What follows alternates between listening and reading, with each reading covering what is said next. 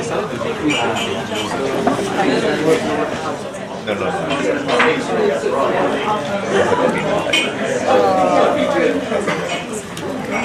teacher is coming over and that kind of Don't let the teachers take that. they were just like dumb stuff to let you finish. Yeah, so sometimes they get too many of them. Oh, I see. No. I won't let them. I think that's the job description. No, you help, you don't take it.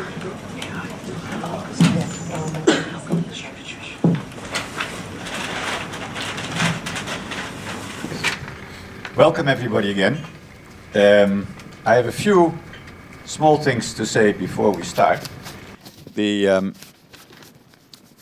As we wrote in the letter of invitation, we would like you to write a little report on these sessions, these 4 sessions. And I think it's about time now that I tell you what we have in mind. The simple idea is to write down in as many words as you want, or as few words as you want, what you take away from these 4 lectures. It could be 1 page, 5 pages, it's all up to you. Just write down in your own words what the things are, the issues are that you really took away from these lectures. And we would like that report, if possible, by 10th of November. That gives you 10 days.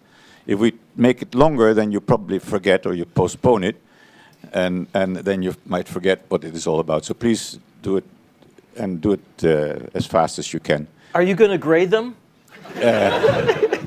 Well, in a way we do, because we will as it's another thing that I wanted to say, this lectures will be the basis for a book that we're going to produce, based on the transcripts of the talks, and based on your reports. I mean, they will be part of it.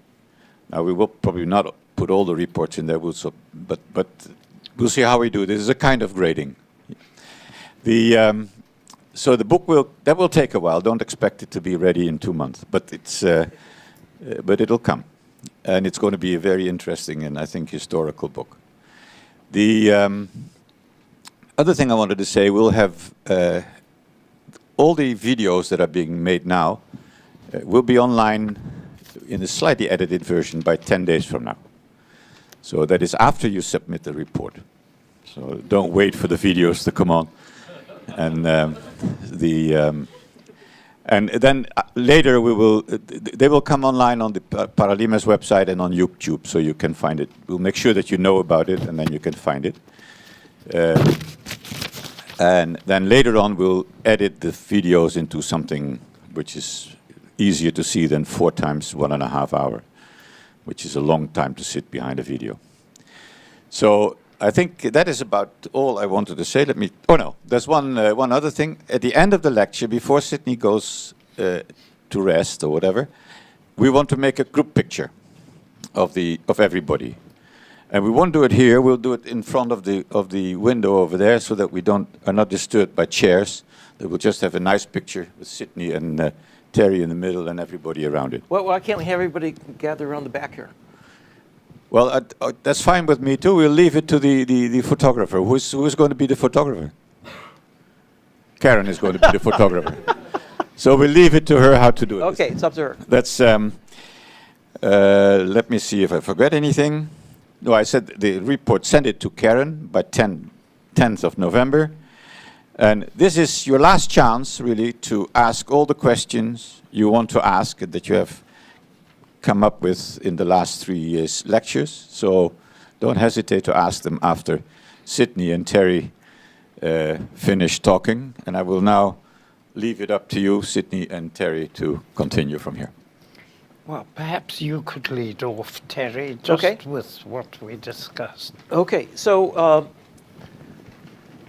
the general theme here will be the brain as a kind of a frontier for biology, and in parallel with that, a frontier for technology, because as we learn more about the brain, we'll have the principles that will allow us to begin to build devices that operate under similar circumstances, and we already beginning to see that, but we're far, far away from that. one of the things that it took me a long time to appreciate, because my background really is coming in from the sensory systems, from vision in particular, and trying to understand the brain from the sensory inputs into the brain, but you quickly get lost because there's so many brain regions, hundreds of brain regions, and there's signals all over the place. And one of the things that confused me was that if you record from the visual cortex, which everybody thinks of it as a little module, in most programs there's a vision module, and then there's a planning module, and then there's a motor module. This is the traditional AI approach. You have these little modules. We were seeing motor signals in the vision, neurons in the visual cortex. And not only motor signals, but we were seeing signals that represented the value of a visual object. That is to say, if a monkey was hungry or thirsty, then a piece of fruit would activate the visual neurons much more strongly than when the monkey is not hungry. Now, how could that be if it's not just a vision module?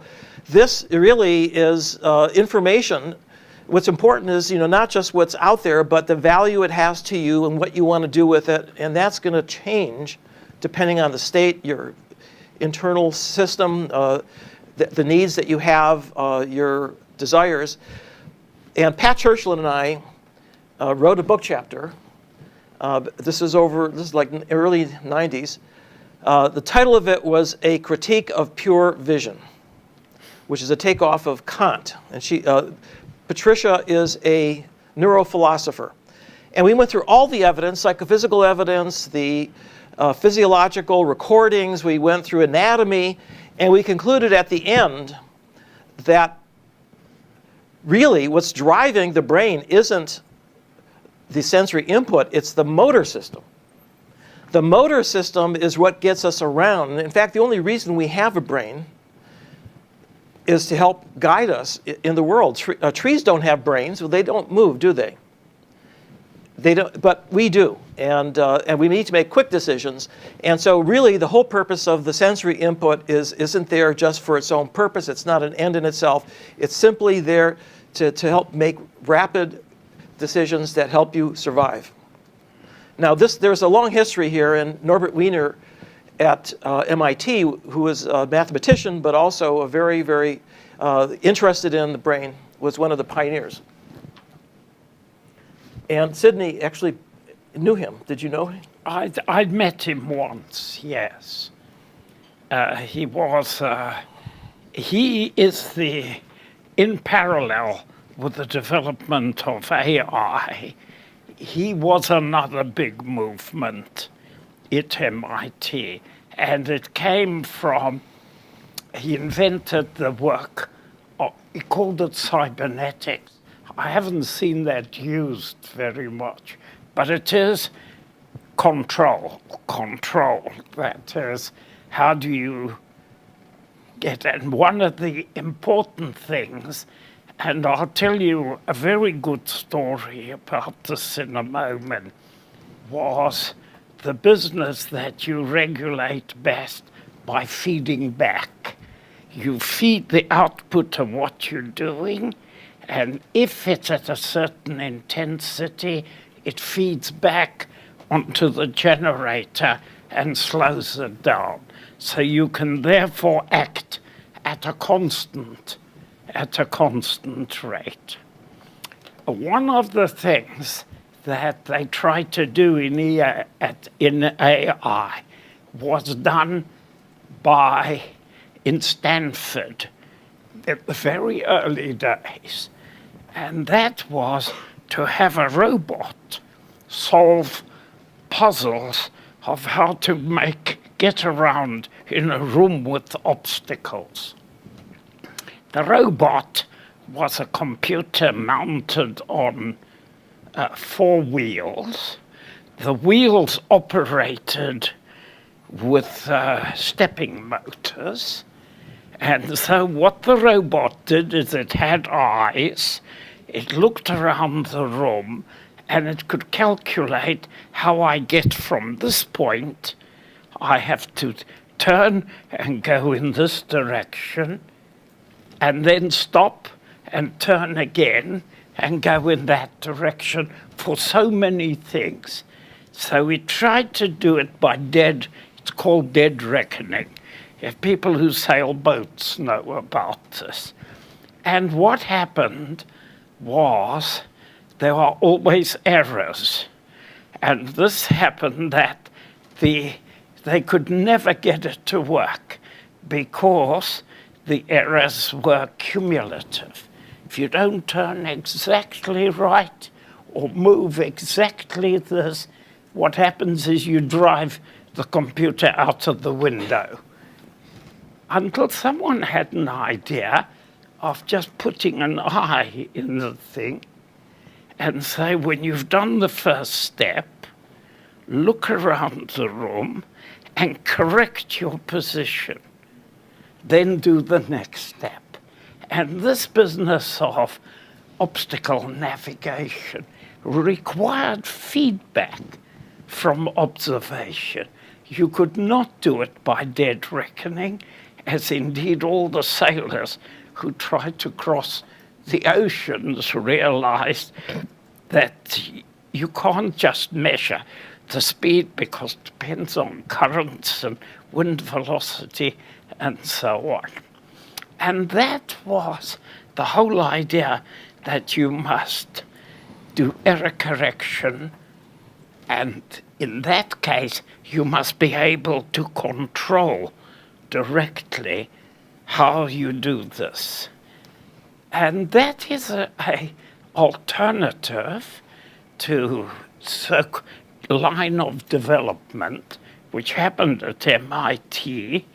And although I'm told the groups never really talked to each other, the cybernetics was adopted quite early by the engineers. Well, this is a very interesting social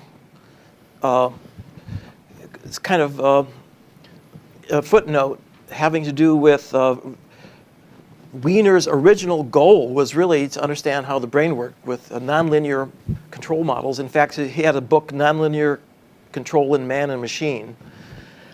And so he had the basic conceptual structure. Well, what happened was that the engineers that then took up these concepts developed it into a very high art that actually allows the airplanes to fly and rockets to go to the moon and so forth. But they completely forgot about the brain. They just went off and developed a mathematical theory for robust control, they call it, so that you can always correct it. You need to the feedback has to be an essential part, as Sydney was saying, of that process. But that's actually changing now. It's really it's something that is come back. So what's happened is that some engineers got interested in the ocular motor system, David Robinson, who's a colleague at Hopkins, and realized that you can actually describe some of the simple motor systems that we have that control our eye position and limb position with some of the same concepts. But what's interesting is that you have to add something to it. You have to add the idea that, first of all, you have to be predictive. It's not enough just to wait and see where your hand is. You have to predict where it's going to be. And when it gets there, you compare where it is with what you predicted. And on the basis of that feedback, you can not just correct your estimate of your position, but you can learn to make better predictions, which means you become better at going in the right direction in the first place. And so it turns out learning is an essential part of our motor control, and now the engineers are beginning to put it into practice. And this is really something that's gone back and forth between engineering and neuroscience. And for some reason, the engineers keep wandering off on their own, saying that, oh, we don't need the brain, we can do this on our own, and they end up in some corner that they can't figure out how to get out of, and you have to come back and get some new concepts from the brain. And that's been happening in cycles of 20 years, over and over and over again. Okay. Well, there's a little footnote, because that same group of engineers at MIT, when we published the C. elegans brain structure, decided they would implement this in hard stuff. So they designed, and they made it, they never succeeded, because they put themselves in the cockpit of C. elegans and just said, well, there's this machine that moves, and all we have to do is just drive it there. But of course, it never worked, for this very reason that there was none of this predictive, the mapping, the future, what you're achieving to do. And they again got into trouble this way. Very many people also try to do intermediary metabolism by driving it like a machine. And of course, it was completely wrong, because the whole structure, it wasn't that. It didn't work like a top-down thing of a God modular supervisor, which is the way the operating system works, and sends messages to the various subsidiaries, because the error accumulation is quite large and the thing doesn't work at all.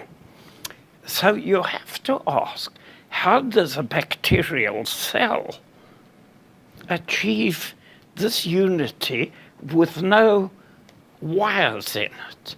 There are no wires wiring the enzymes together, because all the enzymes know what to do is to bind a substrate, modify it, and throw it out.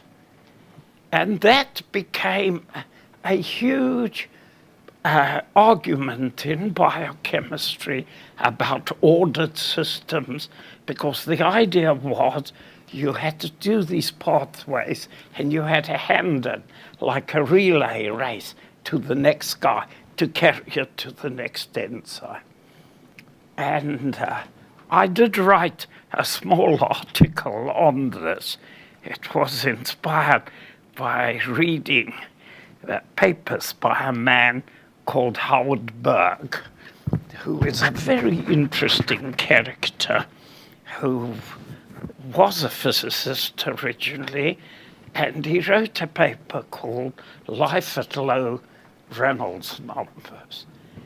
And the point is that in the size of a cubic micron, which is the size of a bacterium, it's 1 micron cubed, diffusion is very fast. In fact, 100 molecules would be enough to populate the thing at frequencies of diffusion so that you could get millisecond transitions. And all that happens is that this is what it is, diffusion and the nature of the recognition, the molecular recognition process that specifies specificity. And of course, this is something I wrote a little article. It was given at a company 50th anniversary. The company was Unilever, which is quite amusing. And I was very proud of it, because you didn't have to wire anything. The space was so, of course, in a higher organism where the cells are 1,000 times the volume, they're about 10 microns cubed, this would make everything too slow. But it turns out the cell is divided into compartments. And all you have to organize is a communication between the compartments. So there is an internal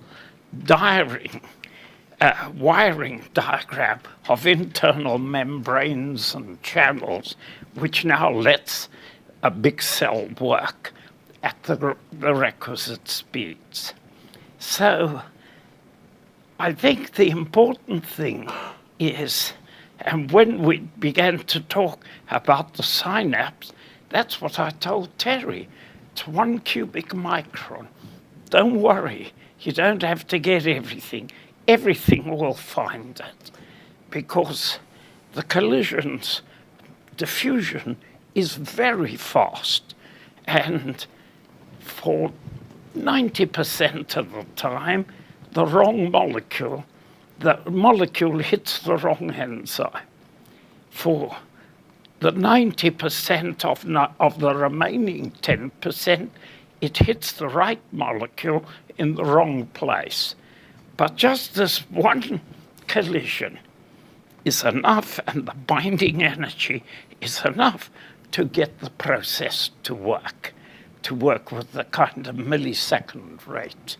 So that was an eye-opener, because many people had believed there had to be this internal organization which was very complex.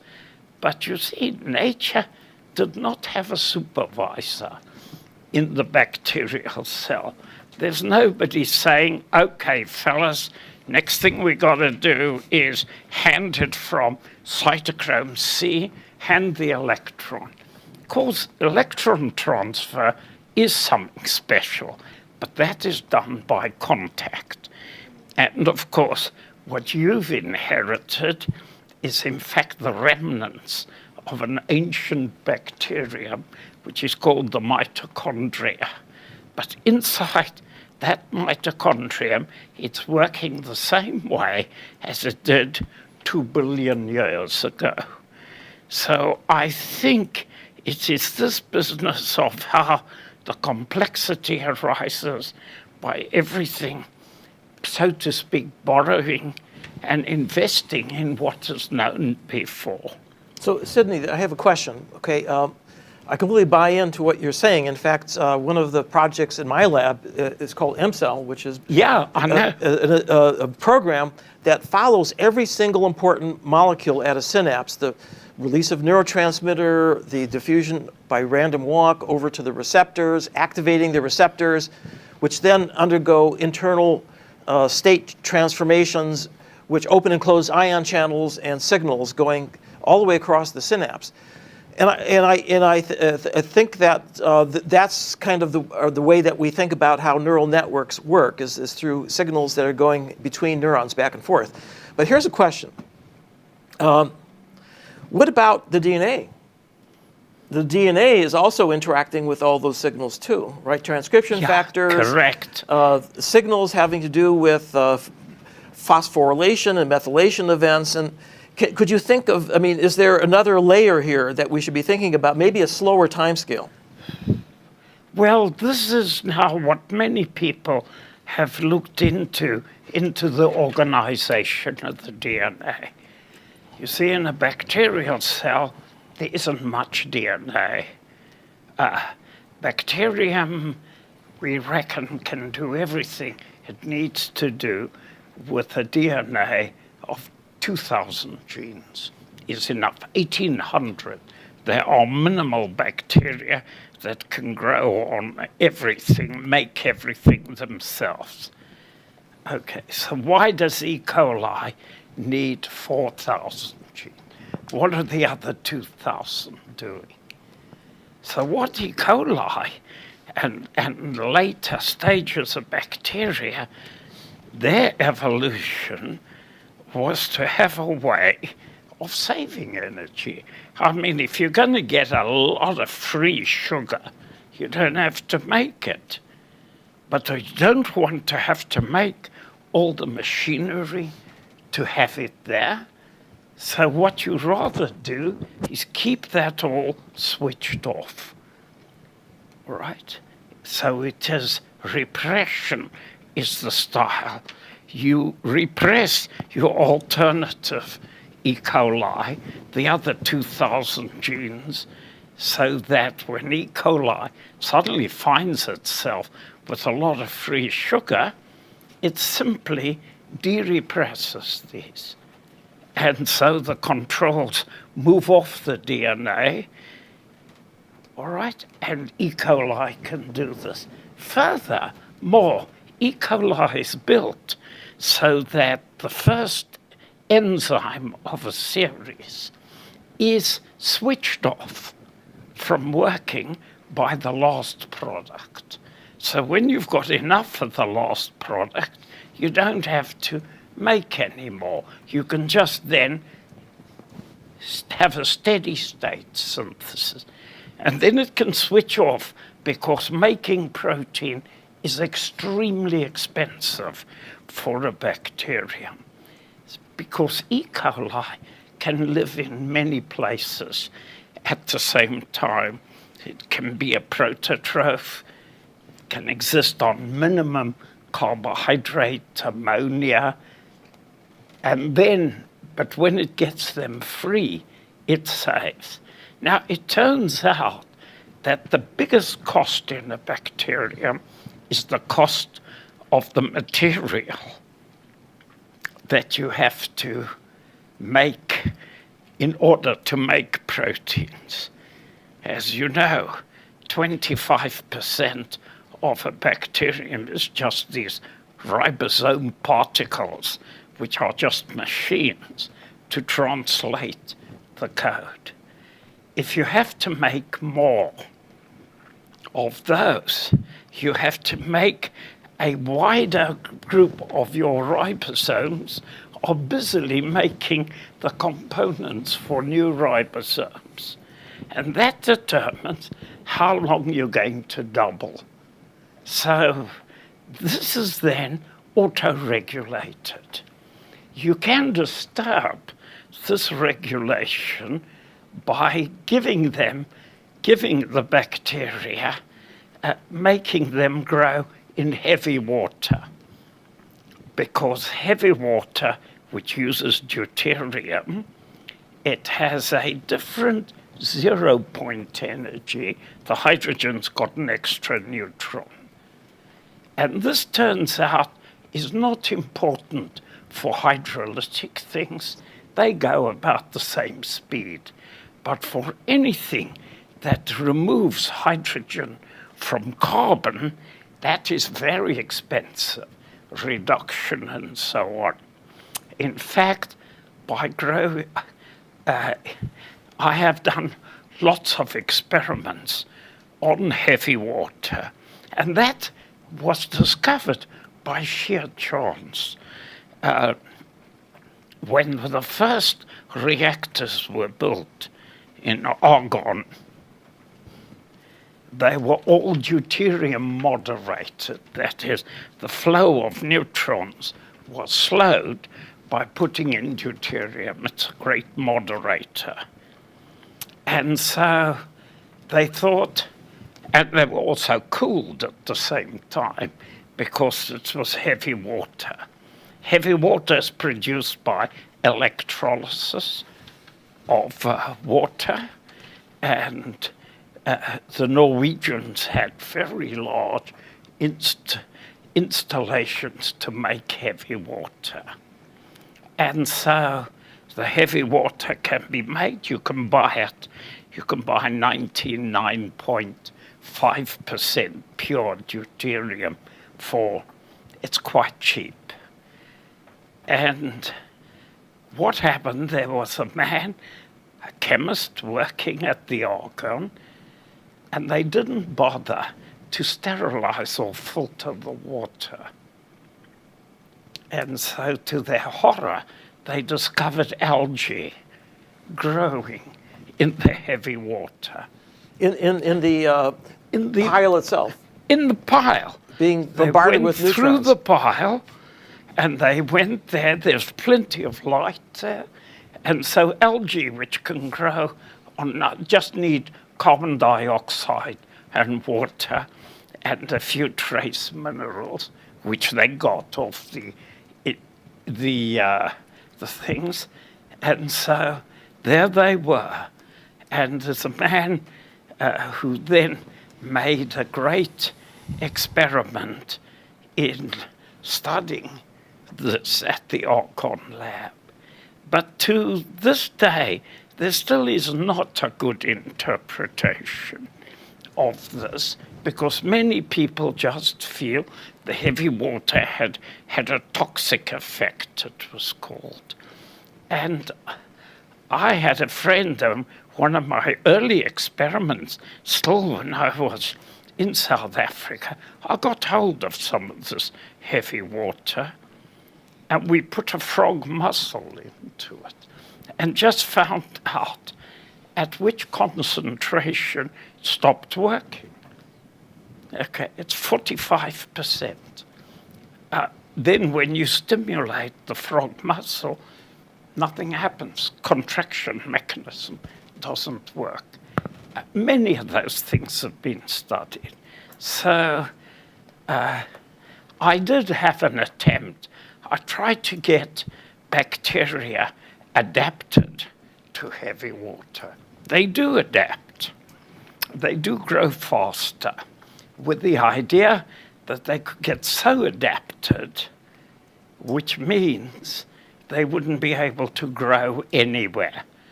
So I had made, I believed, I aimed to make the first bacterium that could be confined to a lab and just would die in the real world. But it never happened. They always adapted back pretty quickly. But those were interesting experiments, and people have continued those, growing them for hundreds of generations in synthetic media, just to see what is a bacterium capable of doing. No, in some ways, they've been a more successful species than we are. Yeah. Because they managed to proliferate in so many different environments, from practically boiling water to freezing water, and have not just managed to survive, but actually are probably more numerous in terms of the numbers of cells. In fact, more bacteria in your body than there are cells. Probably the first bacteria loved water at a temperature of about 140 degrees. They were. It's only the later thing got soft and went down to lower temperatures. But I think this business of being stable at high temperature was, of course, one of the things, because if you look at the structure of the Earth, it was a pretty boiling thing. There still are those hot springs which are boiling water, which are full of bacteria. We isolate them, we can get them to grow. So I think that many of the things, but to get back to the Wiener thing, it became clear you couldn't just take an organism and take that were listed neurons and so on and run it. You have to run it in a coordinated way, and you have to run it with connections that feed back. So this is a very interesting parallel here, because what you described in terms of the transcription factors feeding back to regulate the protein synthesis is basically feedback control in control theory. So Yeah. it turns out the very same concepts that can be used to describe robots can be used to describe all of the mechanisms within a cell and how they maintain homeostasis, and how all of these interactions somehow produce behavior. And now here's a leading question. There are some people, and I won't mention Christoph Koch's name here, Yes. who believe that bacteria have a consciousness that may be different from ours, but has nonetheless a kind of a need to live and maintain their generations. So I know that you're not a big fan of consciousness. No, I'm not a big fan. I think being unconscious is more important than being conscious. Sleep is important. However, but I go back to ask you this question. Just think about plants. You heard they can't walk around once they're rooted in the ground. But just think about how they've got other animals to do their work. Think about how they achieve fertilization through insects. And think about how they get animals to think about why they make delicious food so that animals will eat it and then move the seed with which they will excrete to a distance, because if the seed falls from the trees, the shade will inhibit all the seed from growing. So now you could say, you know, that the tree sat there and said, I got a good idea. All these things buzzing around, I'll get them to work for me. So they say, hello, fly, bee, will give you a nice smell. And of course, you just hope you'll crawl over my seed, the pollen, and some will get on the legs, and you move it to another plant. And of course, they didn't do this. Everybody is looking. They just exploited that possibility. And if it works, it gets better and better. And of course, if you now look at the classes of insects that serve the wishes of plants without them exchanging orders, but just in an automatic nexus, this subject's called ecology, so everything is interacting. And so I think that these things can arise as long as there's a positive effective feedback, then it works. And it'll get more and more sophisticated. And it'll also get more and more, everybody will exploit it. And so you get plants like orchids, which are to us very beautiful. Plant scents, which insects can smell long distances away with very sensitive detectors. So all of this just evolves and just have a little bit of a positive effect. And Darwinian selection comes into effect. So this is really a great place to think about what's happening in our brain, right? Because in a sense, all these things that we see in nature inside a single cell and in nature really should be thought of as levels in a hierarchy. Yeah. Right. And what makes it really difficult is that we don't have a really good conceptual framework for thinking about how a lot of parts and particles interact with each other to produce complex behaviors. Our model is hierarchy, that there's a bureaucrat at the top, and as you say, giving out orders, and that's not what we see. There isn't a homunculus sitting in your head looking at a TV set, pulling the levers, right? That's a cartoon. But nonetheless, that's the way people think about, the average person sort of thinks about that. Well, I'm sitting here, and there must be something in my head because it's looking at the world. But what the surprise is, once you turn visual input in the retina into spikes going down the ganglion cells, there's about 1 million of them in our eye, going into the brain, it's spikes all the way down. There is no image. It disappears. It's just an illusion that you have of a vision of a world out there that consists of something that looks like an image.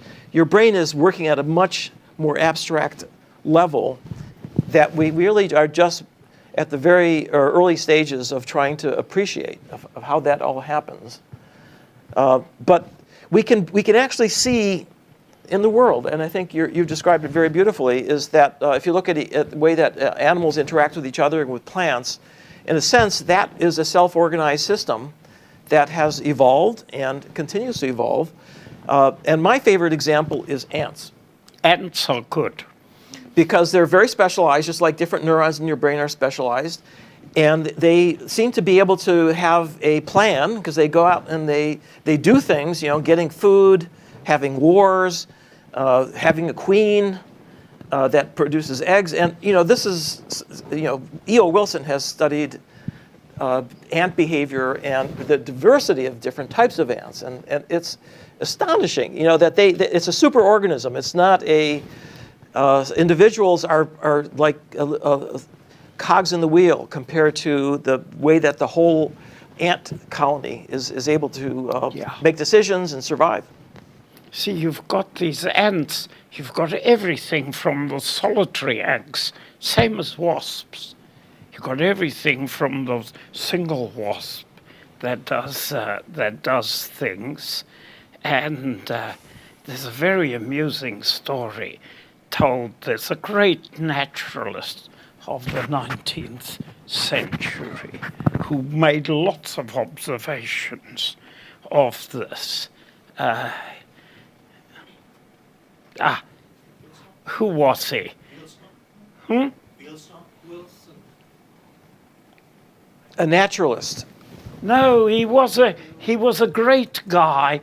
He was very famous in France. He was a school teacher in the central part of France, Provence. His name will come to me in a moment. Sorry, I've got to dredge it out of all these spikes in my I can't read his name directly. So he was an ordinary school teacher. He was self-taught, and he wrote some amazing books on this, the life of bees and ants. And he is the man who destroyed that these insects were smart, that they did this. So there is a great, there are two things he did. He made a study of wasps. Now what wasps do is that they will sting another insect. Okay. Fabre, F-A-B-R-E? F-A-B-R-E. Fabre, yes, Fabre. Those are wonderful, wonderful things to read. Many of these things were written in the 1850s. Eventually, he was made famous by the writers. Maeterlinck was one of them, who then wrote a book called The Life of the Bee, which was based on this. Eventually, he was recognized by France in 1911. He was then in his 90s, and it's a marvelous speech that he recorded when they gave him an institute of study. He said 50 years ago, this would have been important. Says, I'm blind, I'm deaf, but thank you very much. But it's a wonderful, wonderful story. But just look at his experiment. On a certain day in France, the caterpillars come out and they march in a line, one following the leader, and they go up a tree, and then they pupate. They go into pupa in the tree, where they complete their development cycle. The development cycle, then they come out as insects. Okay, so it was always believed that these were smart, and the one at the head was the smartest of all. But what Fabre did, he took a line and he joined the head to the tail. So They went around and round in circles until they died. It was just by chance that one was at the head. All the others only knew, just look at the guy in front of you and follow him. He did another experiment with solitary wasps. He brought the wasp, he would go, the wasp would be stung, the insect would fly to its little hole in the ground. It would then drop the wasp outside, okay, and go inside to the eye of the observer just to check out there isn't, a wild dog in there to eat me. Doing this checkup, come outside, pick up the insect and bring it back inside, where, of course, it laid its egg in its living body and until that completed the cycle. So all he did is he moved the wasp away. The wasp came out, looked around, saw the insect there, picked it up, brought it to the mouth again, went inside, and just endlessly repeated this routine. It was just a routine. It wasn't clever at all. I know some people like that. Yeah, of course. We know, except we often don't describe them as people. However, so all of this shows how these are very simple circuits of which effectively just work. And the simpler, when they become sophisticated and there are many conditionals, then it is a gigantic business of getting them all sorted out. But it's interesting. I was being facetious about people, but the reality is that we have embedded in our brain a reinforcement learning system that is so ancient that it is found in the simplest insects. Yeah. Which is, this is learning through reward feedback. Classical conditioning, operant conditioning that psychologists have studied, which seems to be universal, and it's something that helps us develop routines. For example, learning how to play tennis. You could think of that as an automatic, you don't have time to think. The ball's coming at you, and you better be ready for it. And we develop those skills slowly with a lot of practice until it becomes automated. And it's not just tennis, it's mathematics. It's mathematics. Thinking about, how to prove a theorem. I mean, that's a sequence of steps that you have to go through, and you become better and better at it to the point where you don't have to think anymore. You just see how to solve the problem, and this had been very interesting. This goes back to the 70s when the behaviorist B.F. Skinner was studying reinforcement learning in rats. And this was early days of cognitive science, and there was a very influential article that was published by Noam Chomsky, which was entitled "The Case Against B.F. Skinner." Yes. Okay, and this had enormous influence on the founding of cognitive science, which really adopted the traditional view of AI at that time, which was that it's a program and it's a set of rules.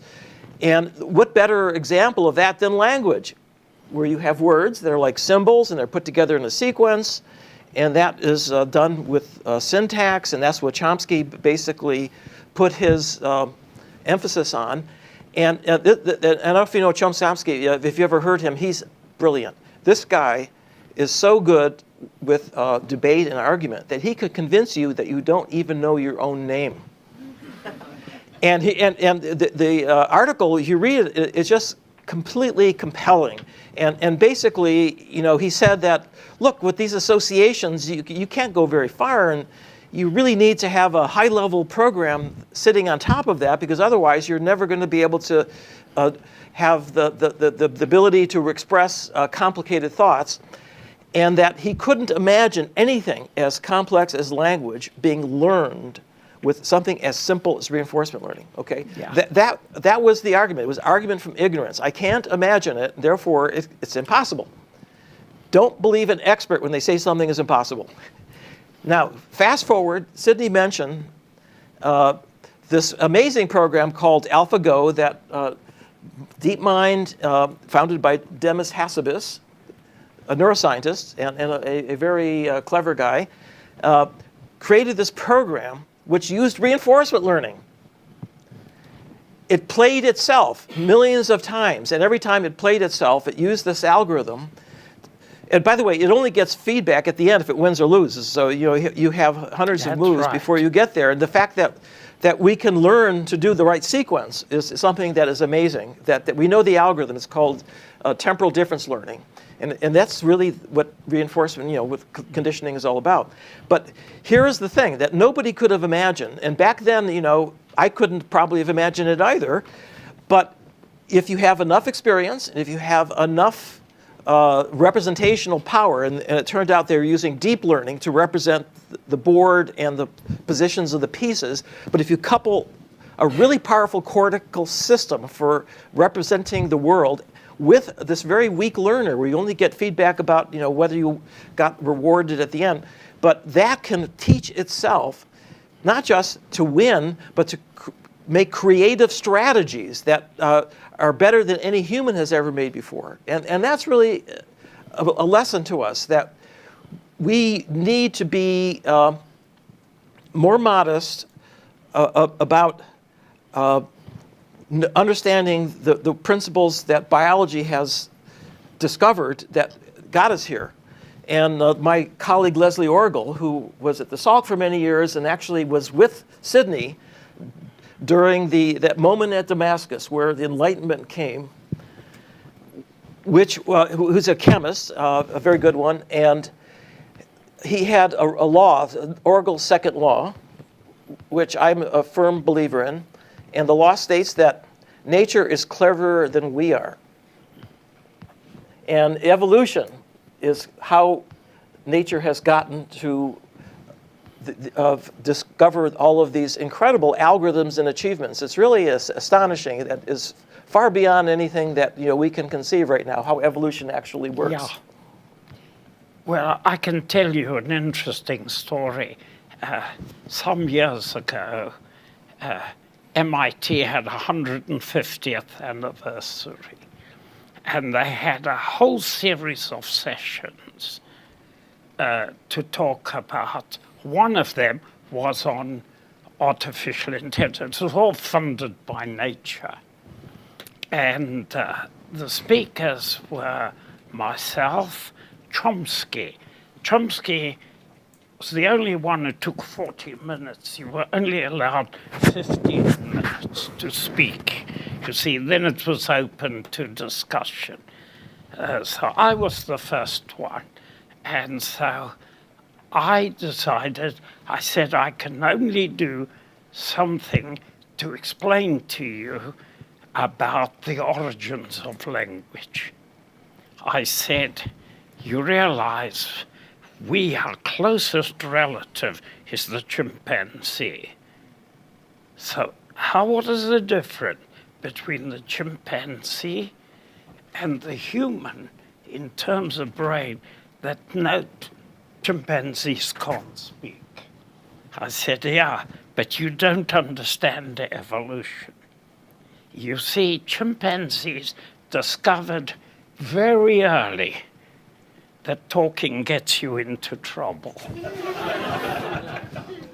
So they didn't develop language because they knew if they start talking, they get into trouble.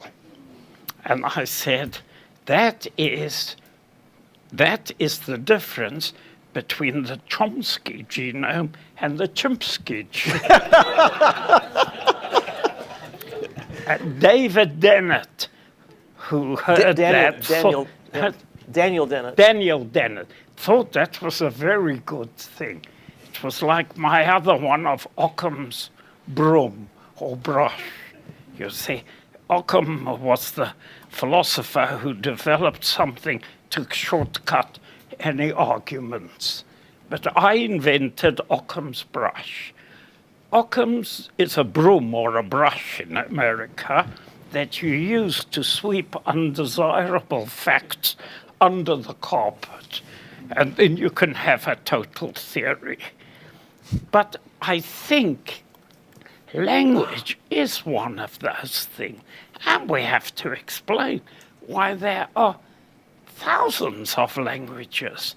I mean, in New Guinea, every valley had its own language, completely all structured, and they couldn't understand each other in talking there.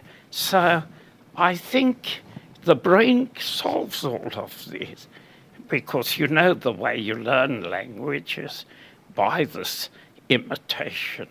So I think that we should be careful to realize that a lot of it is in the maturation of this rather special organ we have in here.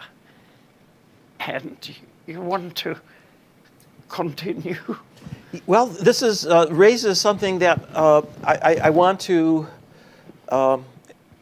throw out, just to get your opinion. So what do you think, I mean, in terms of the difference between humans and chimps, what do you think is the most important? What do you think that is? Okay, come on. What do you think? What's most important? The difference that makes us human, that makes us different from the chimp.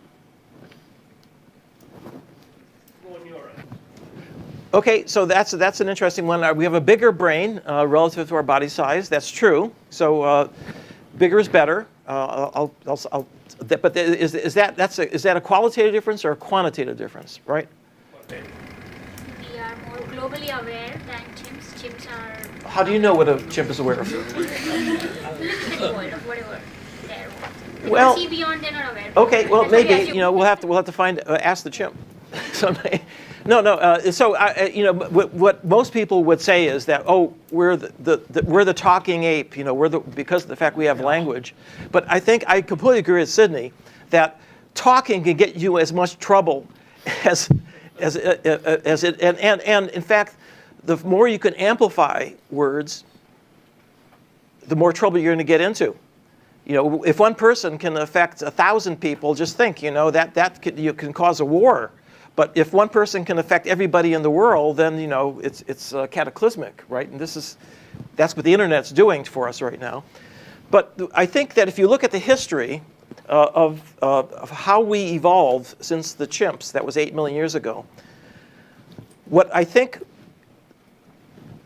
happened because of the fact that it really you live in a small community and you have a language that allows you to communicate in a small group and to hunt and so forth. It has some advantages, but there's a limit in how much you can transmit from one generation to the next because you have a finite memory and it's imperfect, and you end up with basically telling stories from one generation to the next, and maybe some knowledge about how you find the water when there's a drought, and the history of your species, and you create myths.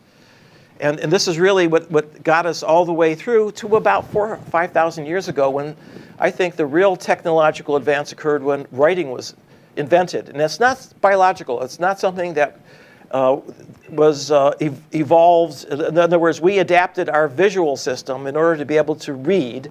And it takes years and years and years of education to get to the point where you're literate.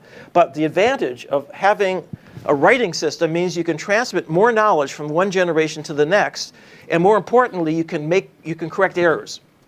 Because if somebody comes along in the next generation who says, "Hey, you got that wrong. You're telling us that it works this way, but I just did an experiment and it works another way." And now you can accumulate knowledge, and that's really what's gotten us to a technological culture where we can actually build things that no single person could ever have done on their own, right? It required amassing knowledge over many generations and many people working closely together with a common knowledge base.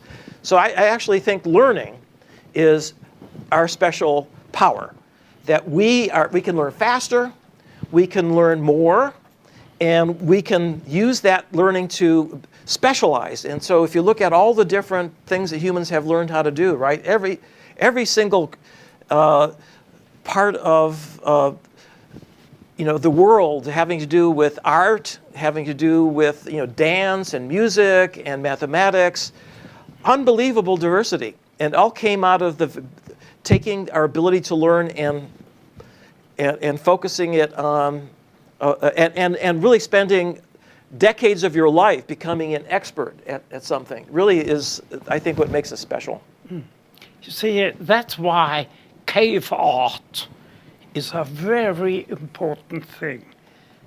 No chimpanzee has drawn. And some of these are very old, the drawings there.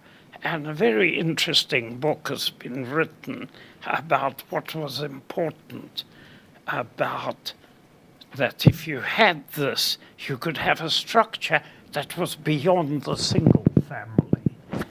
And it is the beginning of people coming together. Now, it's true, lots of animals live in units bigger than a single family. But that is either all to get food or to prevent too many people from eating you. So these big herds of animals that migrate across the plains and so on, they always have the weaker ones in the middle and the ones who defend. And of course, this organization is in fact the herding all comes together at a certain time. It's obviously migration of moving to where the grass is greener. So I think herding, the structure of the family group, the way this is, people come together, the sharing of skills. I mean, see, fire was very important. No animal has conquered fire like we have. Fire is, I think, of course there are natural fires. It's not everybody who smokes and throws a cigarette out, causes half of California to burn down, you see. But those were natural. We can see that. We can see lots of charred wood in many of the older fossil sites. So I think the beginnings of all of this, and of course, we think that 10,000 years is a good time to think of civilization starting. And before that, there were just bands of people. And you can tell how hunting was organized, and how weapons, and how you could have people. And I think one of the most interesting things to learn is the evolution of cavalry, riding horses in war, all right? Now, one of the great things that we learned, which the primitive people in the Americas never learned, was how to build a wheel. That's a fantastic thing, because not so much the wheel. We know that they used to roll logs and have to then pick up a log in front, and they could move very big things. So it's a concept of an axle, that you can have one part which supports something in one place. And that is an invention that many cultures have just never made. The indigenous peoples of the Americas, who actually came over from Asia a long time ago, they used sleds. They never did this. The Persians also invented, the ancient Persians, but they invented the stirrup. Now, you think that when man first rode a horse, he rode bareback. And the whole business of the reins and the saddle, that came later.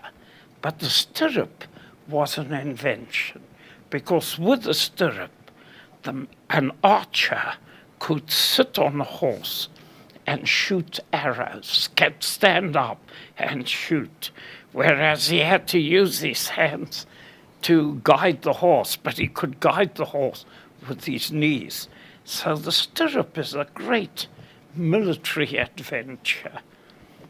And that caused Persia to become, the dominant society of there.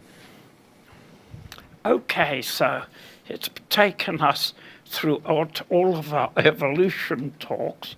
We're right near the end, and I think if you have any questions to ask Terry or myself, now's the time.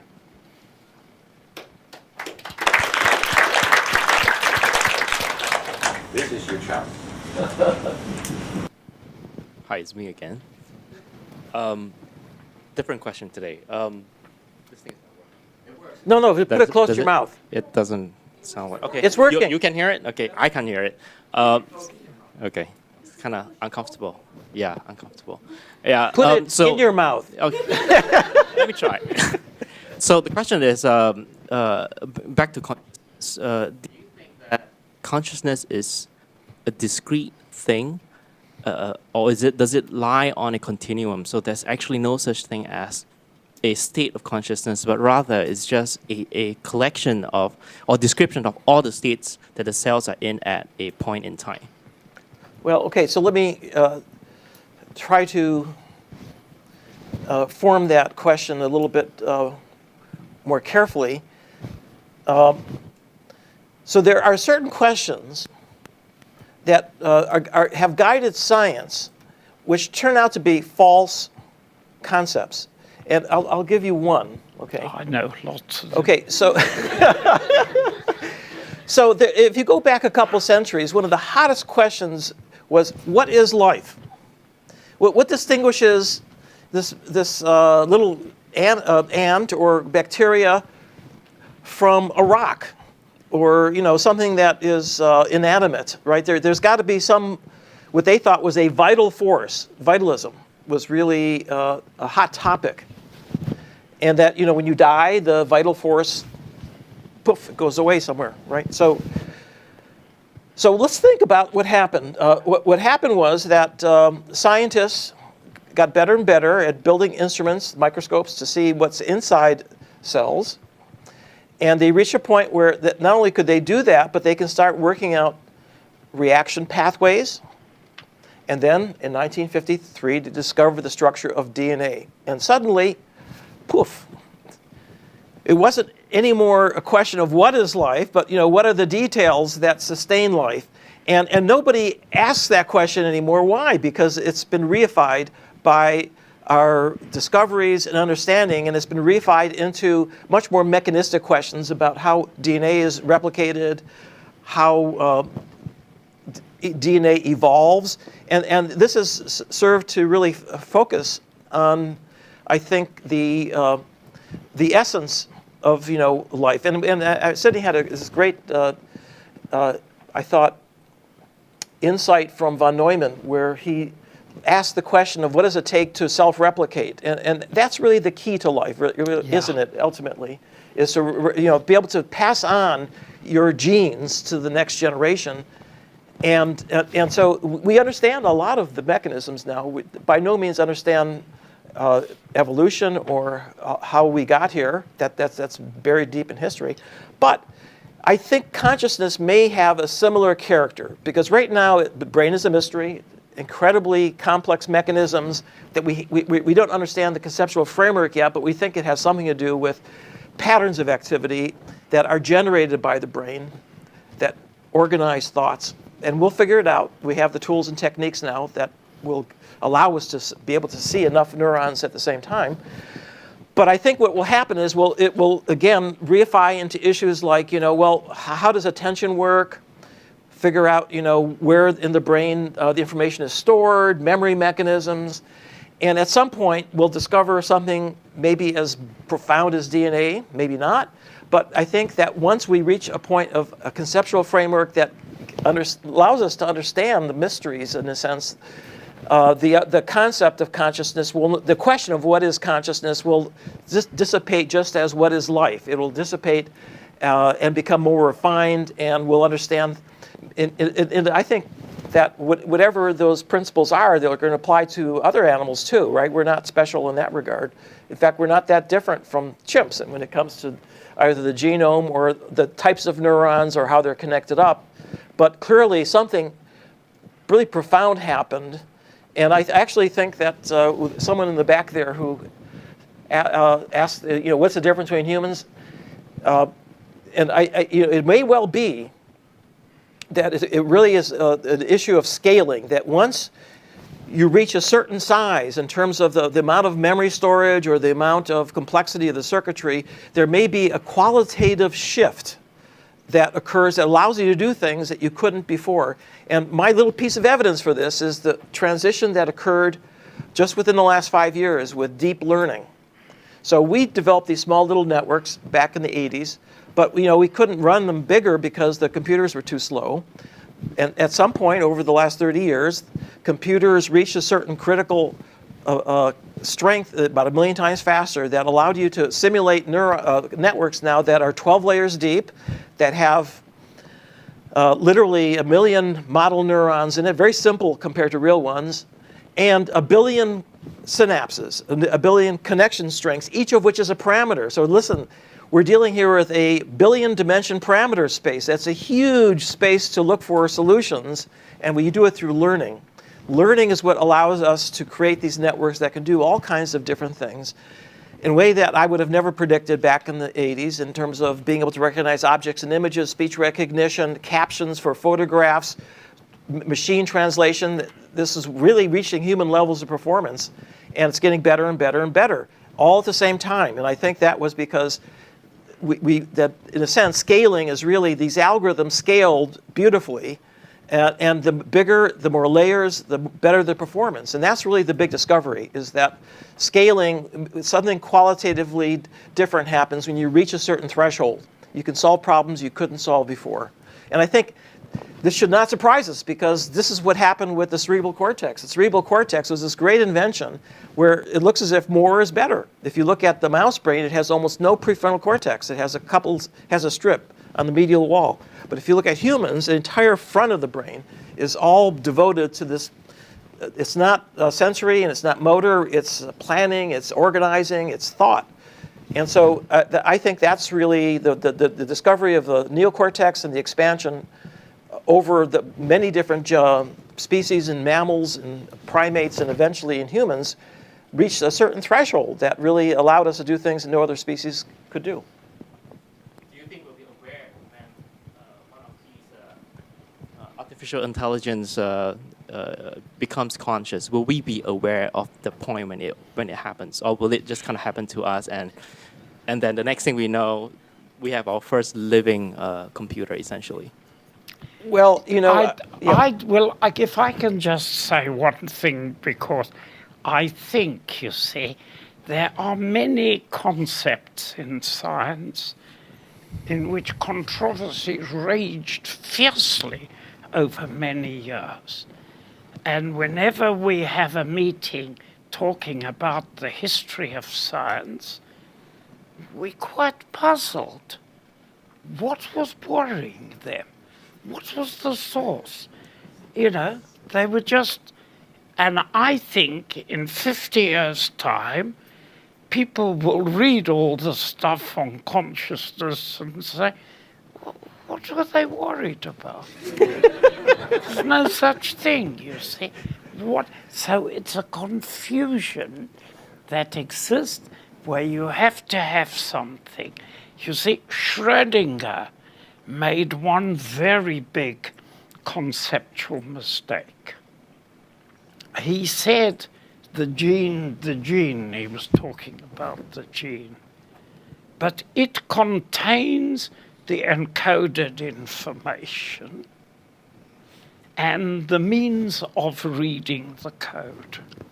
But when you think about it, the gene does not contain the means. It only contains the code. It has to build the means quite separately, which is, of course, the key thing in von Neumann's design. He struggled with this, but he became clear in his theory of how machines could auto-reproduce, self-reproduce, was that there was a special act of taking the tape, which was the old Turing machine tape, and inserting it into the new machine. You had to make a copy of the store and do it, because the store had no means of reading itself. But it contained the specification of the reading. That's like saying you aren't conscious of this in your thing, but in fact you have the means whereby you can behave as though you were conscious. And I think it's a very similar paradox. And I guarantee you, in 50 years' time, people will look back and say, God, what a really stupid bunch of people, scientists they were then. You know. Well, I would say that we could say that now. That's a prediction I made many years ago. It's coming true. That we don't need it. It just acts to confuse it. Does anybody have Francis in particular, he decided he would find the seat of consciousness. That's what he aimed to do. Yeah, they call it the neural correlates of consciousness. The neural core of conscious. And of course, Koch inherited that idea, and of course, it's all to go back to Freud and all the other the theoreticians of the brain. So I think, and I'll tell you, there's another thing which we became very adept, is to have a don't worry hypothesis. You see, Delbruck didn't like the Watson-Crick code because he said the chains are wound around each other. And we said, don't worry, if that's a thing, nature will have invented something to unwind the chains. And of course, that's what it exactly did. It has a whole machinery to unwound the chains because the base pairing is complementary and the chains run in opposite directions. So having a don't worry hypothesis is, I think, very important. And I'll tell you, Wigner, another quantum mechanic, he wrote a paper long ago, and in which he said there are not enough equations to solve something in quantum mechanics. I don't quite understand. And there's a little bit, a footnote there in this paper which says this is connected, may be connected with the problem of consciousness. It's in an article he wrote. And I had to talk at a meeting with Wigner that was there, you see, because what Wigner had produced was, in fact, which he thought was a deep paradox, because you couldn't get enough equations in quantum mechanics to solve how to build a Wigner, you see. But I had to point out to him that Wigners are not made by a condensation of elementary particles to then come out to make Eugene Wigner with his beautiful blue suit and his Hungarian accent. He didn't And I said, I'll tell you how Vigners are made. One night, Daddy Vigner and Mommy Vigner got into bed, and 9 months later, there was a little Eugene Vigner. You see, that's how Vigners are made. There's a whole, you can't go from one level of organization immediately to the next one. That's what consciousness actually demands, that we should understand the workings of the brain so we could do it all. I'm sorry you have to evolve a brain that has to be self-conscious. That's exactly like self-reproduction. So I would not worry about these things. If they're not solved in your generation, have no fear, they'll be solved later. Aren't worms C. elegans hermaphrodites? Yes. They can self-reproduce. Oh, they can self-reproduce, but that's because they play both games. In fact, we could reverse the sexes by playing tricks with the control mechanism. We could make XX into females, and we could also make pseudo-males out of this just by playing with the genetic programs. So we then had, as you know, in various organisms, the Y isn't the male, or the X0 is not the male. So it's just a matter of chance which one is the heterogametic sex. So, yeah, I had a question about, we talked about how transmission of knowledge between generations seems to be key for humans. And so in terms of, in the computational side of theory, where are we in terms of, computers knowing how to teach so that you don't have to go through 60 years of training just so you can be 60 years of knowledge can be compressed in a very short learning time, which is what we do when we go to school. Where are we in understanding that in terms of the theory side of things, how we could do it? Well, it would be nice to have a pill that you could take and become a physicist, But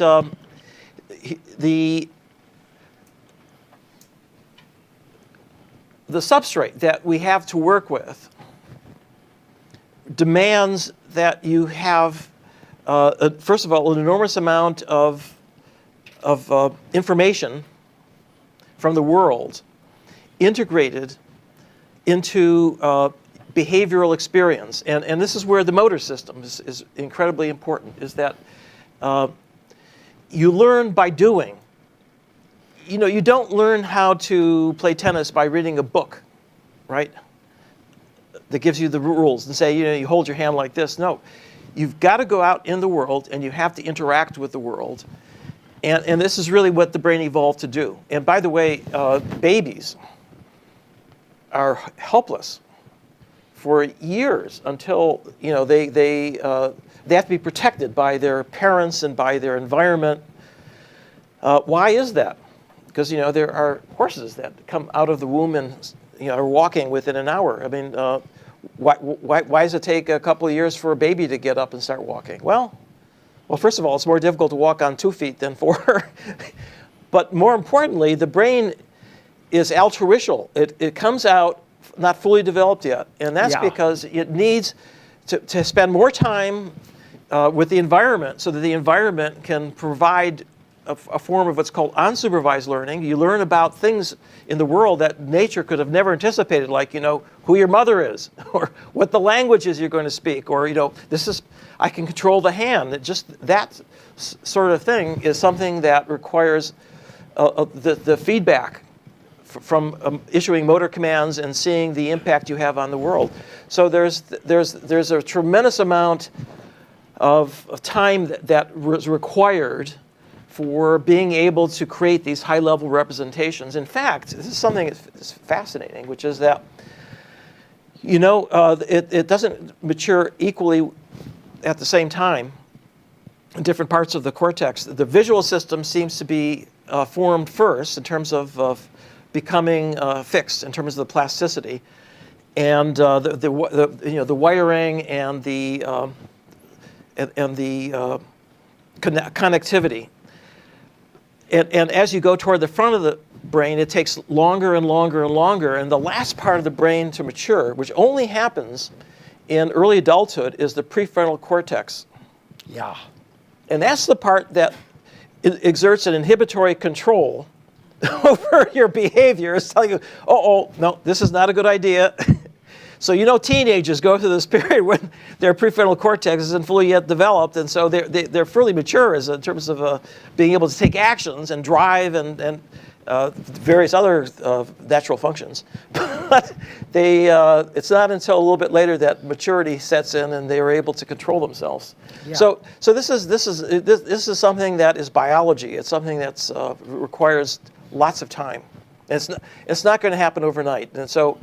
There are a lot of interesting science fiction stories out there that that might actually come true someday, and there are people building what they call brain-machine interfaces. So the idea is that you can implant electrodes into the brain that allow you to put input in, bypass the sensory systems, or take signals out or be able to control with your neurons, control machines outside, like a robot arm or a cursor on a screen, and that's actually happening right now. Well, we had a science fiction game, which was when they started to enter space. One of the big problems is how do you keep a man going in space? So we said what they should do is cut his head off and connect all the nerves, the spinal cord and everything that comes out of the head with a wire, with a radio signal, that the rest of his body would be put in a chair on Earth and he would control his head. He'll have to learn there's quite a delay in getting there, so he couldn't work too fast. And these things were actually designed by people. They designed control of robots that merely followed a man sitting in a chair. Waldo's. Heinlein. Yes. And so you could redesign yourself to be a giant who was 12 feet tall or 15 feet tall, could lift very big things off shelves. And in fact, there was an idea that we should get these robots and put them in piles inside where it was dangerous for people, and they would just do by copying. You simply enslave the motions by just sending radio waves. So you could scale yourself. And we wondered, could you go on scaling yourself down by factors of 10? So you could have a tiny little robot that would be built out of molecules that could actually get into your bloodstream, and you could go and kill the cancer by shooting each cell inside. That's science fiction. But I think all of those things, you see, it is remarkable how incompetent human babies are, because they really have to develop. They would be too big to be born. Their heads would not be able to be born. So I thought, maybe it's time to go back to eggs. We could have very big eggs. Look how big an ostrich egg is. We could just all be lying there doing the development. And then when you get born, you knock on the roof and you hatch. So I wonder if someday, with CRISPR, we can insert human genes into other species. What if we did that with injecting human genes that created neocortex into a reptile? And you used all of their reproductive machinery, but create bigger embryos. I think it's too many steps. Too many steps, you see. The reptiles succeeded in becoming birds, but the birds never got anywhere. A few reptiles stayed on the land. A big event was getting out of the water. Water would have been an impossible place to develop any electricity.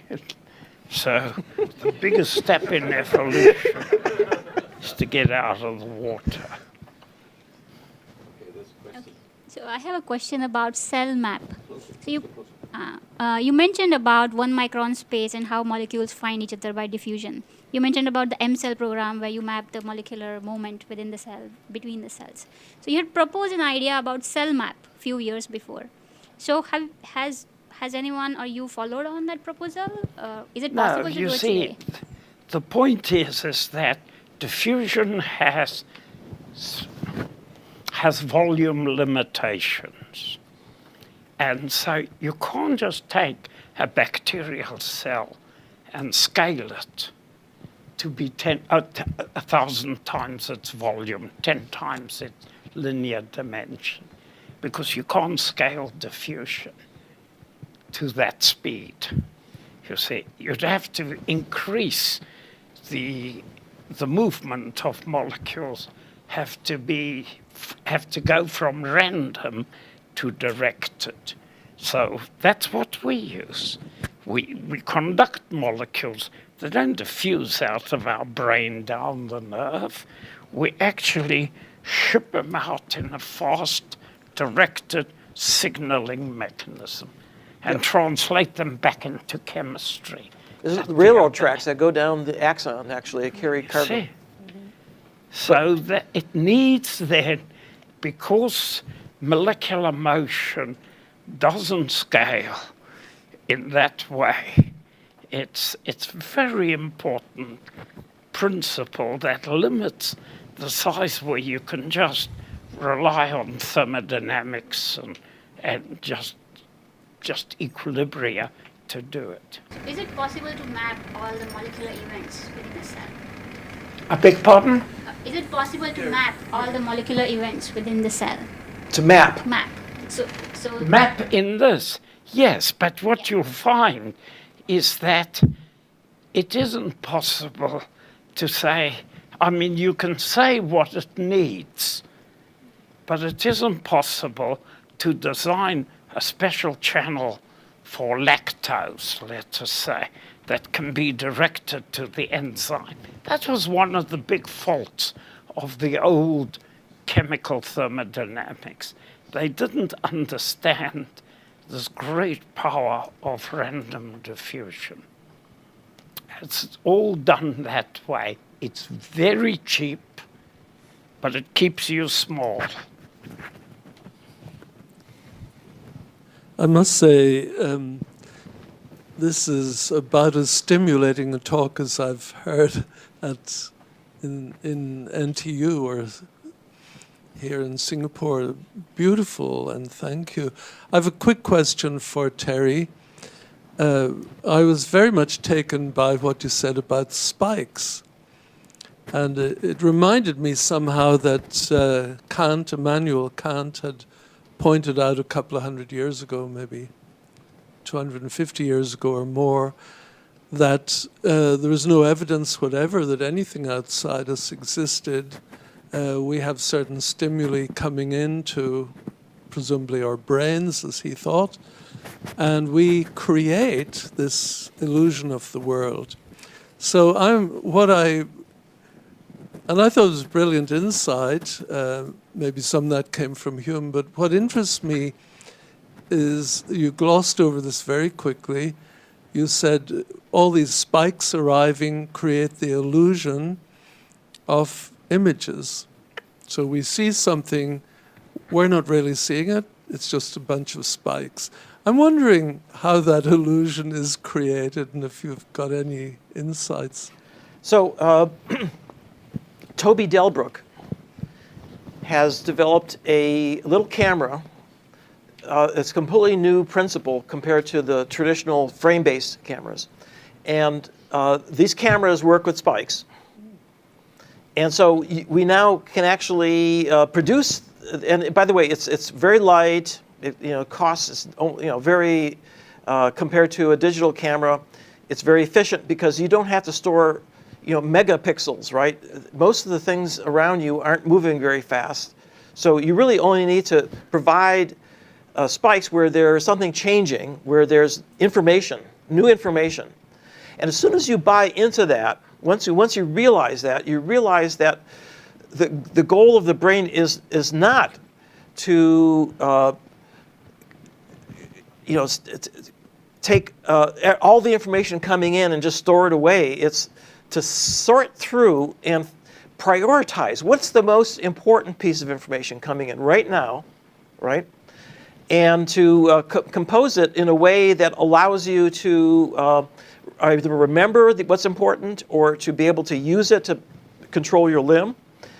And here's what we discovered, and this is work that's ongoing, and there's a whole group of people out there who are trying to compute with spikes, is that as soon as you get rid of the frame, that problems in computer vision that were intractable, like figuring out stereo or motion, turn out to become easy. Yeah. And the reason is that there's a lot of information in the relative timing between spikes that gets smeared when you have a frame that lasts for 40 milliseconds, because now you can use microsecond differences in arrival to actually tell you that something has moved in a certain direction, and much more quickly and much more efficiently with much less energy. And so now there's going to be a whole new computing environment that will emerge, I think, now that we can build these things. And interestingly, there has been a breakthrough in being able to do gradient descent. This is how deep learning networks are learned. It's through computing the gradient of the error so that you can reduce the error by changing each weight. And that requires a continuous valued output. But spikes don't have gradients because they're zero and then suddenly they're infinite. But a very talented postdoc in my lab, Ben Huh, has figured out how to have a small little interval around the threshold that allows you to compute gradients just when you need them, right before the spike. And that turns out to be related to something called spike time-dependent plasticity, which we know exists in the brain. So we think that it is possible to create large-scale hierarchical spiking networks that can solve all these difficult problems. And if that really emerges, it means that there's going to be a whole new computer architecture out there which is going to replace these very energy inefficient digital architectures that can't scale very well. Its estimates are that the next generation, petascale going to exascale, 15 to 18, is going to require a power plant that is on the order of 50 to 100 megawatts to run a single computer. And just to cool it was going to require, having a river nearby. So we're talking here about 50 years from now. What we'll have is a better understanding, not just of how our brains work, but we'll actually be able to build things that have similar architectures at the level of single spikes. I think there's an analogy in the 1950s in communication engineering. Transmissions went from transmitting continuous signals to transmitting pulses of signals. And those pulses could be delayed and very efficiently carry information in the delays. It took 10 or 20 years before this was brought to fruition, by Bell Labs mostly. That's a beautiful story, and we didn't have time to talk about Claude Shannon, but he revolutionized communication. All right. Too late. We are going to stop now. Thank you very much. Now, before we do anything else, we want to make a picture. I think Karen agrees that we do it all here. So if you just all move here, stand behind and next to Sydney and Terry.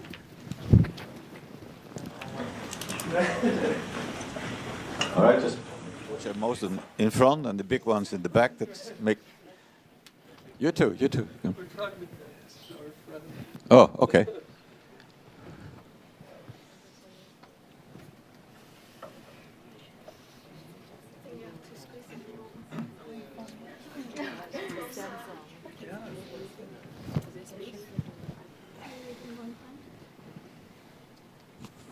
Picture, smile. 1, 2, 3. One more time. Smile. Okay. Thank you. All right. Good. Thank you. Well, thank everybody. Thank Terry. Thank Sydney. Yeah, thank you. We'll make something beautiful out of this. This was already beautiful. Don't forget That's to send in great. your report before the 10th of November.